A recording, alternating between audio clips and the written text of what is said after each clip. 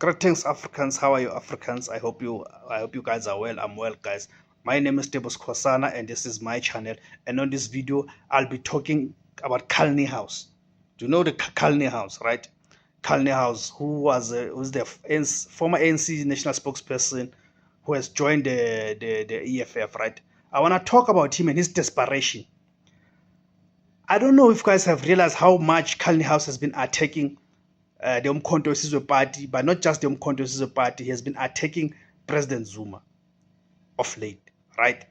So I'm saying this is a desperation by Kalni House to be loved by Julius Malema.